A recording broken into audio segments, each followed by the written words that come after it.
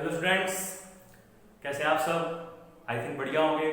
Sunday का पूरा मजा लिया होगा आपने, छुट्टी बनाई होगी, अच्छे से बिल्कुल रेस्ट किया होगा और दिमाग का बिल्कुल फ्रेश हो गया होगा आपका। तो फिर स्ट्रेस दिमाग को थोड़ा सा यूज करते हैं और आज का नया टॉपिक हम स्टार्ट करते हैं। थोड़ा सा आसान टॉपिक आज का, मजा भी आएगा आपको समझने में। मजा तो पिछले टॉपिक में भी आ रहा होगा, तो अगले वाले टॉपिक में भी आएगा। लेकिन उससे पहले एक बात मैं आपसे कहना चाहूंगा कि मैं आपसे थोड़ा सा डिसअपॉइंट हूँ, खासकर उन बच्चों से जो वीडियोस तो डेली देखते हैं लेकिन कल के लाइव लेक्चर में, वो लाइव सेशन में वो नहीं जुड़े। क्यों नहीं जुड़े मुझे नहीं पता, क्या रीजन थे, लेकिन बेटा सब चीजें आपको बता रखी थी। टाइमिंग मैंने आपको दे रखी थी कि 11 बजे की टाइमिंग रहेगी, कोई ये भी टाइमिंग नहीं पता थी आपको। डाउट्स मैंने मोस्टली बच्चों के लिए हैं, जो बच्चे आए हैं उनके डाउट्स मैंने लिए हैं। आप उनसे पूछ भी सकते हो, जो आपके अगर लिंक में कोई बच्चे हैं, कॉन्टैक्ट में बच्चे हैं, तो आप उनसे पूछ भी सकते हो। डाउट्स लिए हैं मैंने और 1 घंटा में रहा हूँ पूरा। लेकिन जब बच्चे और नहीं आ पाए तो फिर मैंने सोचा कि चलो अब सेशन को बंद करते हैं, अगले टाइम फिर देखेंगे। तो बेटा आपने थोड़ा सा मुझे डिसअपॉइंट किया। I am not happy with you कि मैं इतना कर रहा हूँ, मैं आपके लिए सोच रहा हूँ और आप आ ही नहीं रहे, आप बिल्कुल निफराम होकर बैठे हैं। चलो कोई बात नहीं, चलता रहेगा ऐसे। मुझे इतना कोई जरूरत थोड़ी था कि मैं स्पेशली, मैं सिर्फ इसीलिए आ रहा कि बच्चों के थोड़े डाउट्स होंगे, वो शायद नहीं ले पाते हैं, तो इस बहाने चलो उनसे इंटरेक्शन भी हो जाएगी, वो डाउट्स भी ले लेंगे। बट आप नहीं आ पा रहे हो तो बेटा उसमें आपकी कमी है ना। आप चाहते नहीं हो पढ़ना, इसका मतलब तो फिर बिल्कुल बस मजे के लिए पढ़ रहे हो। मन आ रहा हो ठीक है, बड़ा छोड़ देते हैं, ऐसा नहीं है ना। अगर आप मुझे सपोर्ट करेंगे तभी मैं आगे आपका मन करूंगा पढ़ाने का। हो सकता है अब मान लीजिए आपका सपोर्ट मुझे सामने से नहीं मिल रहा है तो मेरा मन उतर जाएगा, मुझे छोड़ो यार, बच्चे देखते तो है नहीं, क्या फायदा है, मैं आना बंद कर दूंगा। हो सकता है वीडियो डालना बंद कर दूं, मैं पढ़ाना छोड़ दूं मैं ऑनलाइन, क्योंकि इसमें कोई ऐसा थोड़ी मुझे प्रॉफिट हो रहा है इस बात से, मुझे तो कोई प्रॉफिट नहीं हो रहा है इस बात से, लेकिन फिर भी मैं आता हूँ।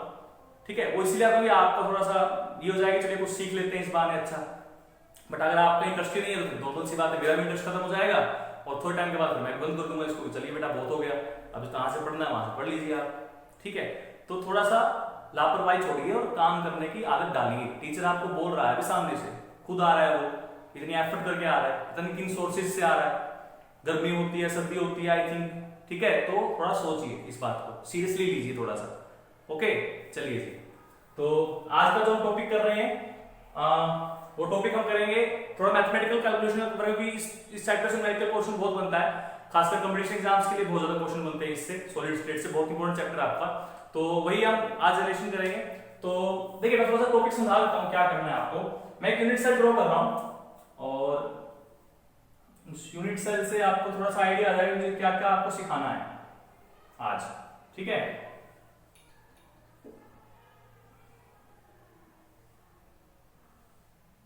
ये यूनिट सेल है, क्यूबिक यूनिट सेल है। अब देखिए हम क्या करें, मैंने आपको उसमें समझा रहा है कि पार्टिकल एक्चुअल में इतनी दूर नहीं हो जितने मैं आपको दिखाता हूं, ये सिर्फ समझने के लिए होता है। तो एक पार्टिकल अगर एक यहां रखा है तो एक यहां भी रखा है, एक यहां रखा है तो एक यहां रखा है, एक यहां रखा है तो एक यहां भी रखा है, एक यहां रखा है तो एक यहां भी रखा है।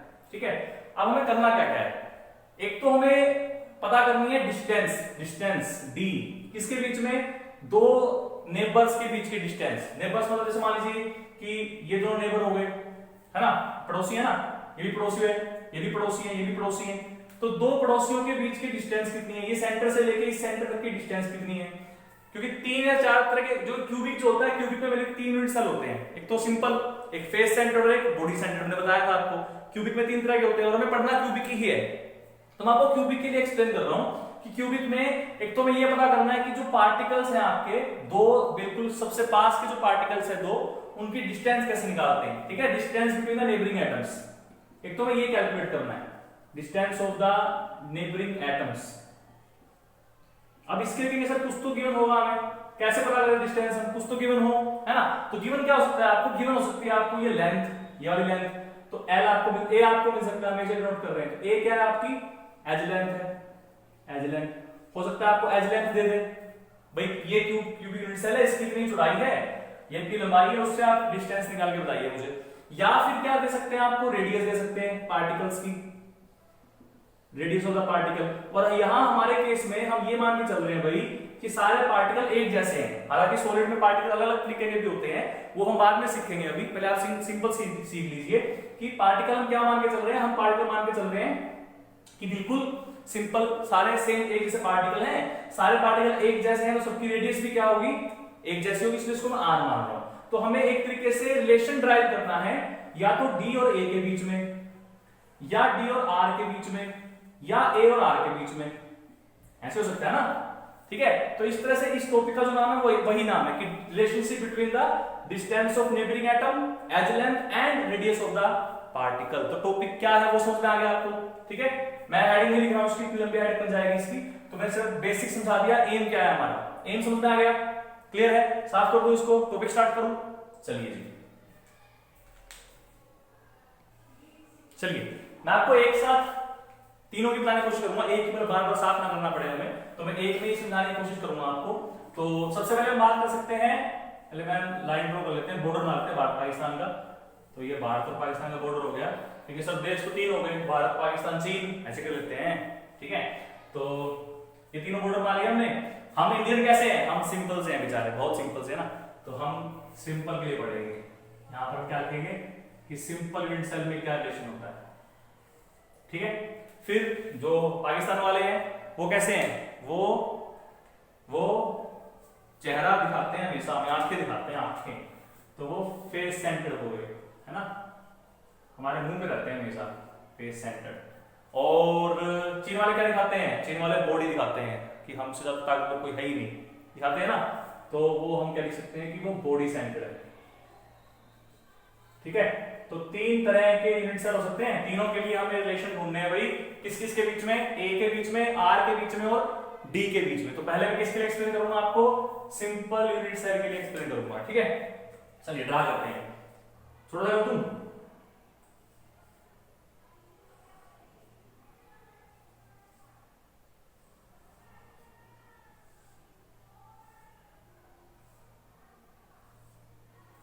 कल के लाइव सेशन की जो बाजी टूटी है भाई, मैं पर्टिकुलरली नाम डिस्कस करना चाहूंगा स्टूडेंट का।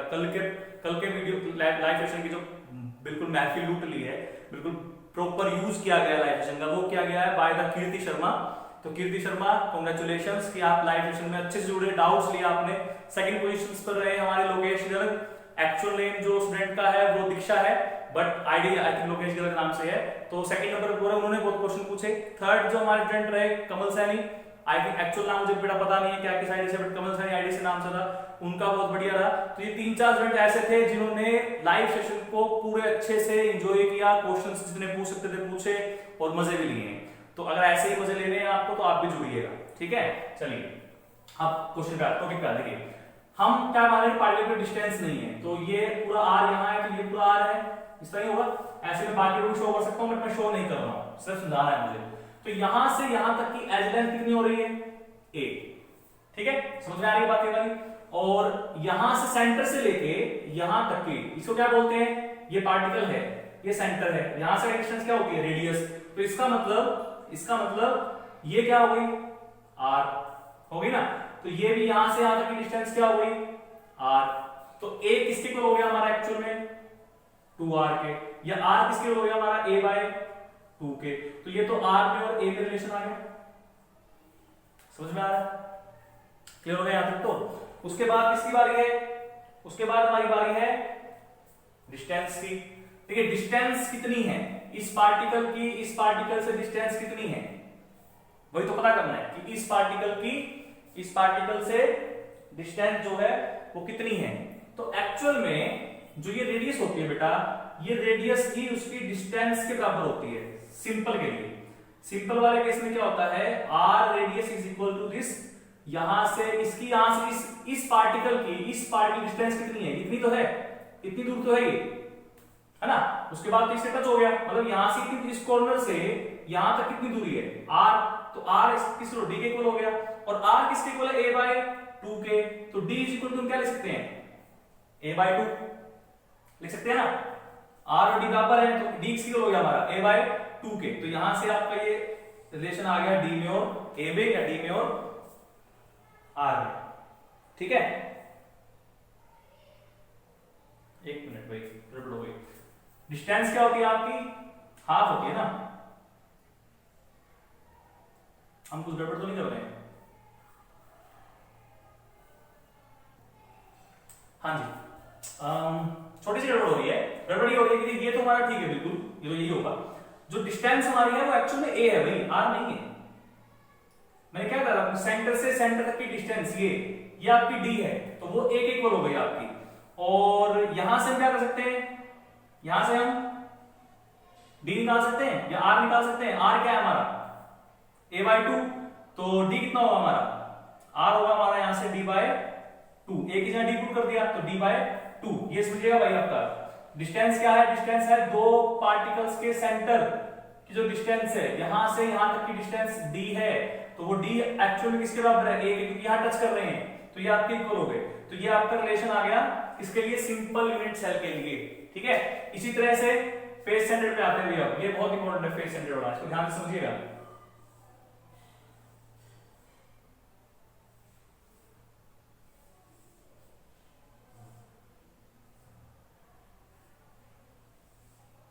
ये है इस तरीके से।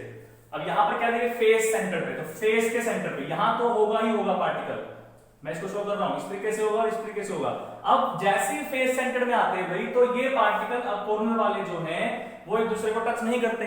अब मान लीजिए चार कंचे हैं, आप कंचे खेलते हो ना मार्बल्स, चार कंचे को आप जमीन पे रखिए, चारों आप टच करेंगे। अब उसके चारों के बीच में कंचा रखिए, जैसे आप बीच में कंचा रखोगे वो बीच वाला कंचा सबसे टच करेगा, लेकिन बाकी चारों क्या हो जाएंगे आपके दूर दूर हो जाएंगे। ऐसे दिखेगा ना आपको कि ये वाला बीच वाला पार्टिकल और ये इन चारों के साथ टच में है, इस तरीके से होगा, सॉरी इस तरीके से होगा। तो अब फेस वाला टच में है, सबके फेस वाला टच में है ना, बाकी तो नहीं है। तो डिस्टेंस किस किस के बीच में रहेगी, अब नेबरिंग आइटम कौन से होगा, ये हो गया नेबरिंग, तो ये हो गया पड़ोसी उसका, ये तो पड़ोसी नहीं रहा, अब तो पड़ोसी है जो बिल्कुल टच में है, या ये वाले पड़ोसी बोल सकते हो, अब ये वाले बोल सकते हो, तो पड़ोसी ये हो गया, ठीक है। तो अब डिस्टेंस क्या हो गई हमारी, इसकी रेडियस और इसकी रेडियस के बीच की डिस्टेंस हो गई, ये तो डिस्टेंस होगी हमारे पास। अब की बार एक इक्वल नहीं बोल सकते ना, ठीक है।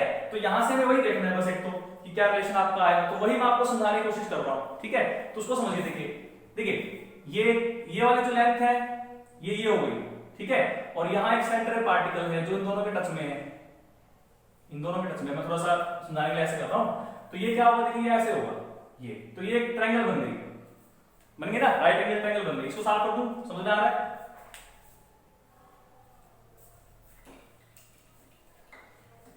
तो देखिए होता क्या है, मान लीजिए हम इस पॉइंट को मान लेते हैं ए, इसको मान लेते हैं बी, इसको मान लेते हैं सी, तो ये एक राइट एंगल ट्रायंगल बन गई, क्योंकि ये 90 डिग्री का एंगल होता है भाई, ठीक है ना। तो हमें क्या निकालना है, हमें बीसी निकालना है, बीसी। तो अगर ये लेंथ भी ए है, ये लेंथ भी ए है, तो बीसी कितना होगा, बीसी √2a होगा। स्क्वायर में स्क्वायर में सीखा हमने, कैसे आया ये, पाइथागोरस थ्योरम से आया, जो मैट्रिक के बच्चों को बता दूं कि ab का स्क्वायर प्लस AC का स्क्वायर इक्वल टू BC का स्क्वायर। तो AB कितना है A प्लस AC भी A है, तो A square equal to BC, तो यहां से BC कितना मिलेगा आपको, √2a मिलेगा। तो यही मैंने आपको लिखा है, ठीक है। तो ये आपको पता होना चाहिए, इतना मैं साफ कर रहा हूं भाई, तो जगह नहीं है हमारे पास। तो ये कैसे है मैंने आपको बता दिया। अब क्या बात आती है, बात है डिस्टेंस की बारी, ठीक है, कि डिस्टेंस कैसे निकालेंगे। देखिए ये कंप्लीट लेंथ कितनी है, √2a, ठीक है। मान लीजिए इसका सेंटर है, तो जितनी डिस्टेंस ये उतनी डिस्टेंस ये भी है, टोटल डिस्टेंस कितनी है, √2a। तो ये डिस्टेंस कितनी हुई, इसका आधा, √2a का आधा हुई, ये भी डिस्टेंस क्या हुई, √2a का आधा, जब तो √2a मिलेगा।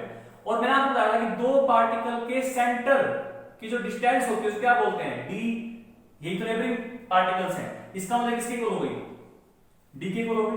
तो d कितना आ गया हमारे पास, d हमारे पास आ गया a/√2, तो ये हमारा d और a में रिलेशन आ गया फेस सेंटर के लिए। देखिए अलग है, सिंपल में a और d इक्वल है, लेकिन फेस सेंटर में d जो है वो a का रूट है, क्लियर होगी बात वाली, यानी कि इसमें कम होती है डिस्टेंस नेबरिंग एटम के बीच में, ठीक है। अच्छा ऐसे r में ढूंढना है आपको, r में ढूंढ लीजिए भाई, r में क्या प्रॉब्लम है।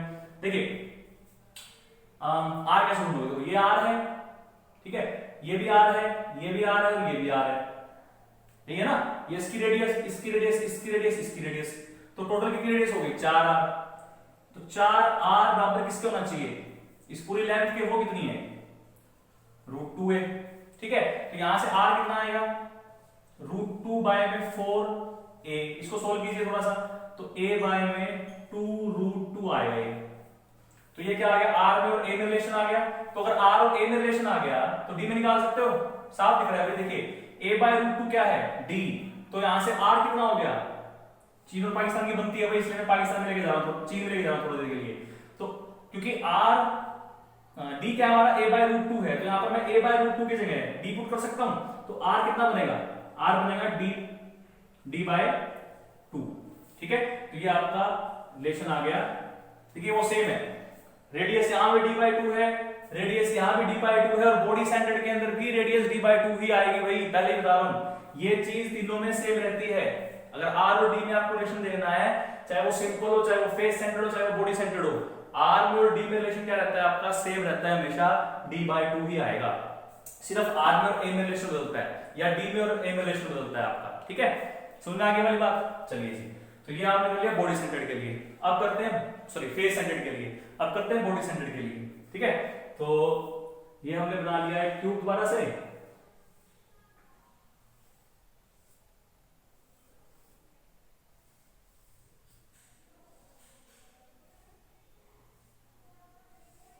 ठीक है, अब पार्टिकल कहां है, पार्टिकल इस पूरे यूनिट सेल के सेंटर में यहां पर है, यहां पर। तो ये जो पार्टिकल है ना, केवल ये सबके साथ टच में है, ये ऊपर वाले नीचे वाले सबके साथ टच में पार्टिकल है। तो यहां जो पार्टिकल है ये इसके साथ टच में है, यहां जो पार्टिकल है ये इसके साथ टच में है, बट मैं वो टच दिखा नहीं सकता हूं क्योंकि मैं समझना है टॉपिक को। ठीक है, तो डिस्टेंस क्या निकालेगा फिर, इन दो के बीच में निकालेंगे। ये आपस में टच में है भाई, ये एक्चुअल में ऐसे है, बिल्कुल ऐसे।